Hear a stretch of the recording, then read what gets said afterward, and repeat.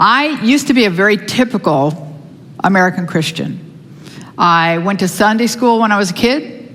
I was confirmed in the church when I was in middle school. And then I went to college and medical school and training. And I bought into the idea that you had to choose between science and spirituality. Now, I was a good person. I mean, I certainly bought into the concept of being a good person and honest and ethical and a woman of integrity and all those sorts of things. But the fact is, I was really busy.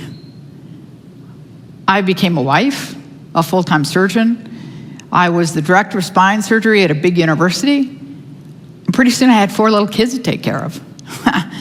I mean, Jesus to me was one more thing on my to-do list that I knew I was never going to get to. But that all changed one day in 1999 when I died. And yes, I literally mean died. I spent 30 minutes under 8 to 10 feet of water without oxygen at the base of this waterfall. And while I was underwater and dying, I asked that God's will be done. And the minute I asked that, I was immediately overcome with a very, very physical sensation of being held and comforted and reassured by Christ. And he took me through a life review that was like nothing I could have imagined. I was reinserted into every one of the most painful memories of my life. But this time was different. I had a complete understanding of the life story of the other people involved, and I felt nothing but compassion, even for the people who had hurt me deeply. And I discovered that where God's love is present, there is no room for destructive emotion. I discovered grace. And then I was also shown the beauty that came out of each and every one of those painful experiences when seen from a distant perspective. Eventually, my body came over the front deck of my boat, and when that happened, my spirit rose up and out of the river, and I was immediately greeted by a group of people or spirits, beings, who were so overjoyed to welcome me home. I know that they had loved me and known me as long as I have existed. And even as I was with them and rejoicing, I could look back at the river and I could see my friends pull my bloated purple body to shore and watch them start CPR. And I had a wonderful life. But even as I watched that, I knew that I was home and I had no intention of returning. And these people or spirits started taking me down this beautiful pathway that exploded with colors and flowers and the aromas of flowers, which is what speaks beauty to my soul. And I absolutely believe that God presents to each one of us the experience at the time of our death that does speak beauty to us, that lets us know that we are known and loved.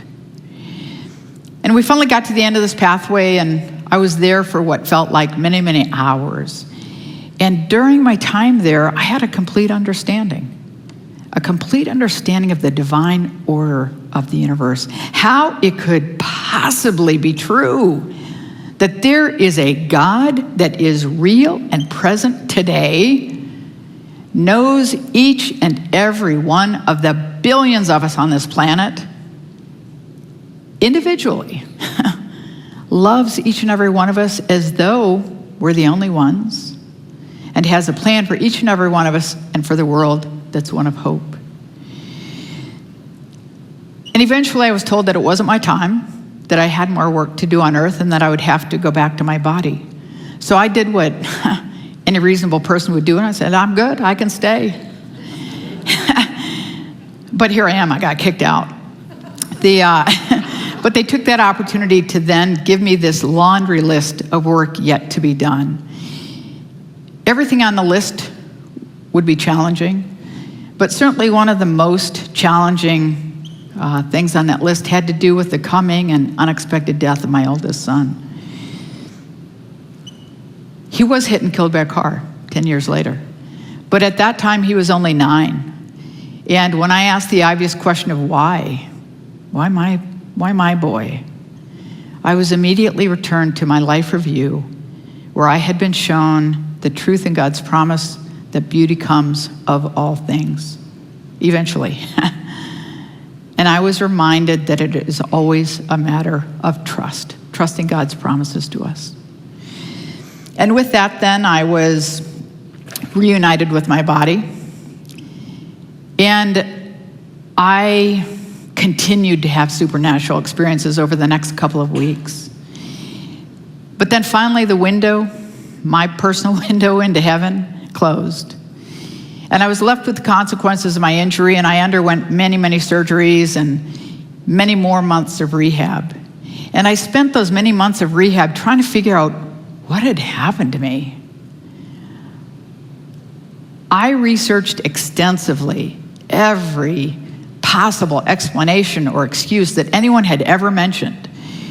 I researched, of course, dreams and hallucinations and DMT or other neurotransmitter trips.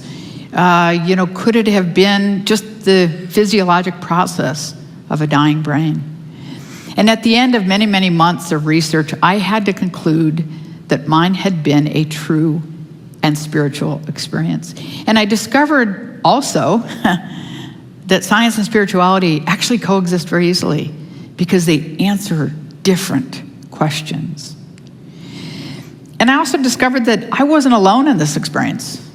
Almost 20 million people in this country alone have had this sort of profoundly transformative experience.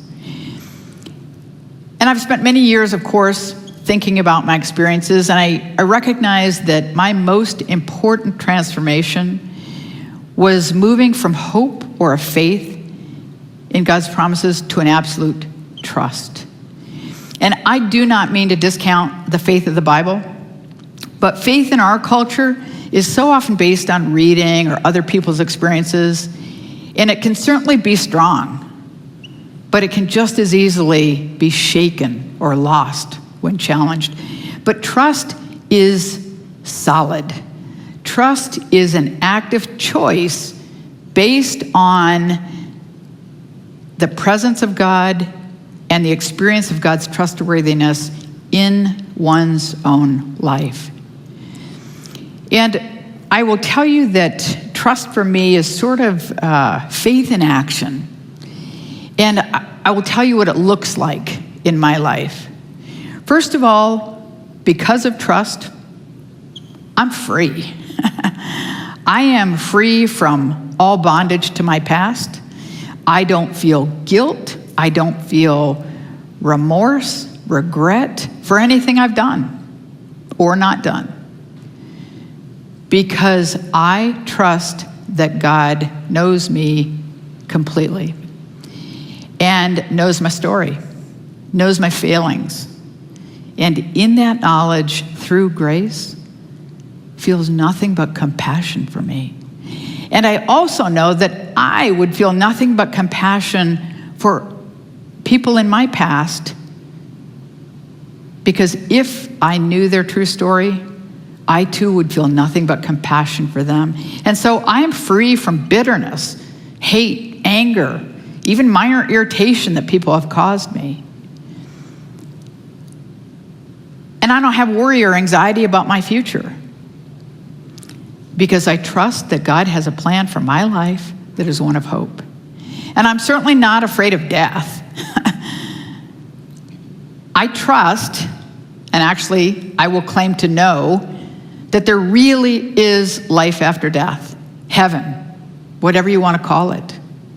And I actually believe that it is the very reality of that heaven that brings context and meaning and purpose to my own life.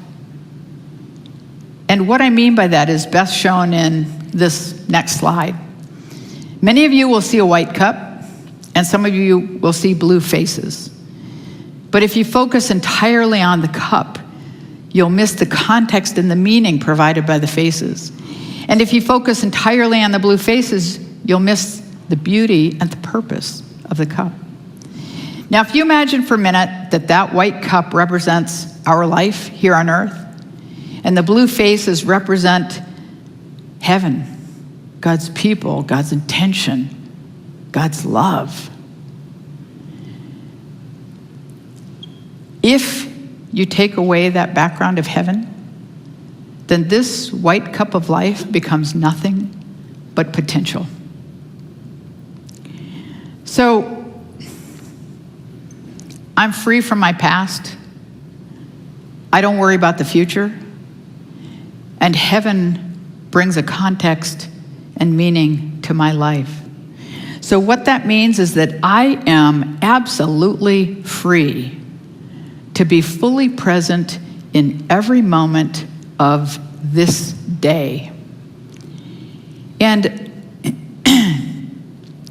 because I trust all of God's promises, that means that I also trust what the Bible says about God's presence in my life. I trust that God is always present, that there's nothing that can separate me from his love, that beauty will come of all things in its time, and that all things work together for good. So what that does is it allows me to rise above my momentary circumstances and experience joy.